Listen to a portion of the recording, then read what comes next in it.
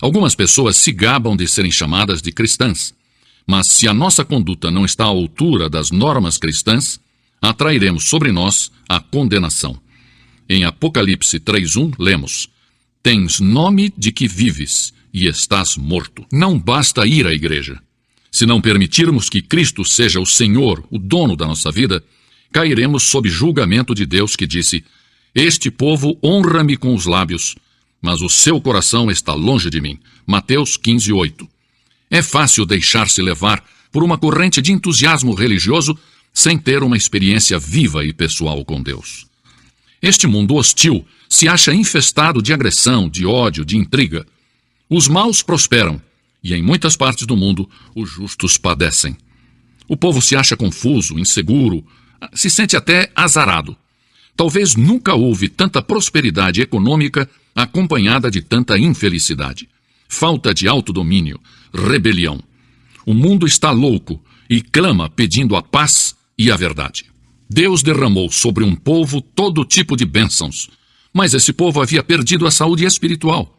No meio desse povo se levantou o profeta Abacuque e clamou: Aviva, ó Senhor, a tua obra no meio dos anos. Abacuque 3:2. Talvez você pergunte: mas como obter a renovação e o despertamento? Que passos tenho que seguir para alcançá-lo? Primeiro, você deve fazer uma oração fervorosa.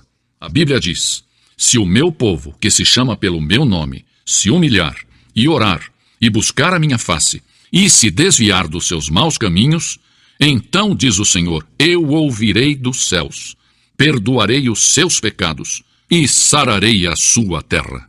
Segundo Crônicas 7:14. Deve haver um anseio profundo de avivamento, não um simples balbuciar de palavras ou palavreado religioso. É preciso que haja oração intensa e fervorosa. A Bíblia diz: a súplica de um justo pode muito nos seus efeitos.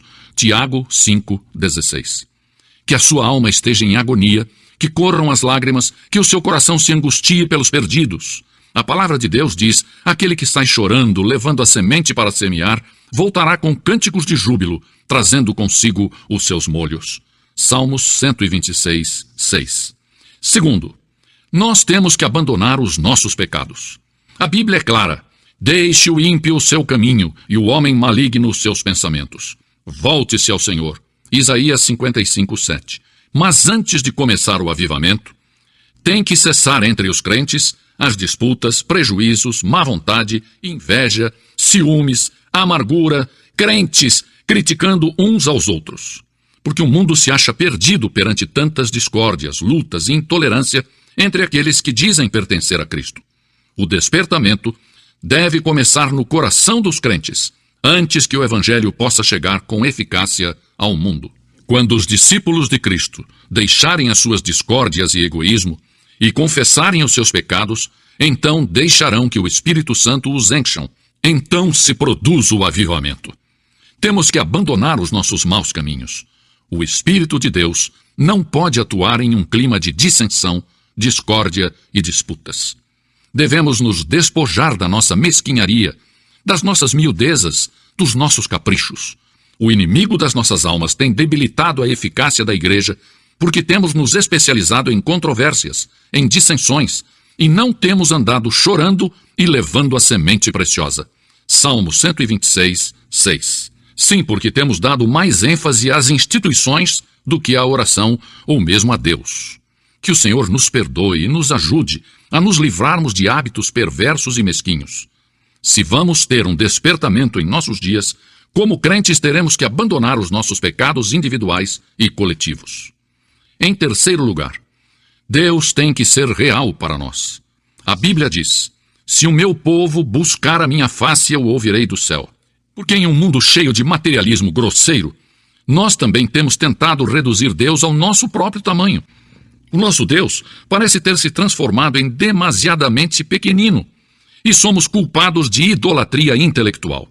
Temos fabricado em nossa mente um Deus que não é o Deus revelado na Bíblia. Muitas vezes associamos a experiência cristã genuína, vital e pessoal a pessoas altamente emotivas. Muitos chegam a dizer: é bom ir à igreja, viver uma vida decente, sim, mas eu não estou disposto a ser fanático. Consideram que a fé cristã é uma mania, algo demente. O cristianismo tem alguma importância? Sim, o cristianismo tem suprema importância. É algo importante? Sim, é tudo. Sem a fé cristã, não vale a pena. É vital. Você pode conhecer a Deus. Milhares de cristãos afirmam com certeza: eu sei que já passei da morte para a vida. 1 João 3,14. Eu sei em quem tenho crido. 2 Timóteo 1,12. Lemos em João 7,17: se alguém quiser fazer a vontade de Deus, há de saber se a doutrina é dele. Precisamos de um reavivamento da fé cristã, da experiência cristã, do andar com Deus. Deus tem dito: se o meu povo buscar a minha face. Se de novo descobrirmos que Ele é santo, justo, real, absoluto e pessoal, e que é um Deus de amor e de misericórdia, esta realidade será transferida ao mundo e o avivamento então virá. Assim tem sucedido em toda a história, e sucederá outra vez. Não devemos colocar a fé cristã em dúvida falando de Cristo sem conhecê-lo. Não vamos fechar a porta da igreja com a chave da inconsistência, impedindo que os perdidos venham a Cristo. Não devemos impedir o avivamento com a nossa falta de fé e de oração. Não percamos a vitória espiritual, permitindo que o pecado nos mantenha presos. Busquemos a face de Deus e abandonemos os nossos maus caminhos. E então sim, ouviremos a voz do céu. A igreja tem a chave do avivamento. Está ao alcance de nossas mãos. Nós vamos aceitar o desafio? Teremos coragem de pagar o preço? As reservas do céu são suficientes para saciar o mundo que perece de fome e fome espiritual? Não devemos oferecer desculpas. Agora uma pergunta direta. Você já aceitou a Cristo como seu Salvador? Se não, se você for sincero, reconhecerá que no profundo do seu coração há um vazio. Seu coração anseia por paz, gozo e perdão. Há um vazio que o mundo não pode satisfazer.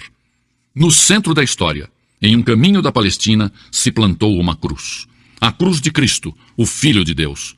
Por um milagre admirável que só Deus conhece, todos os que põem o seu olhar naquele que foi sacrificado na cruz, recebem a salvação.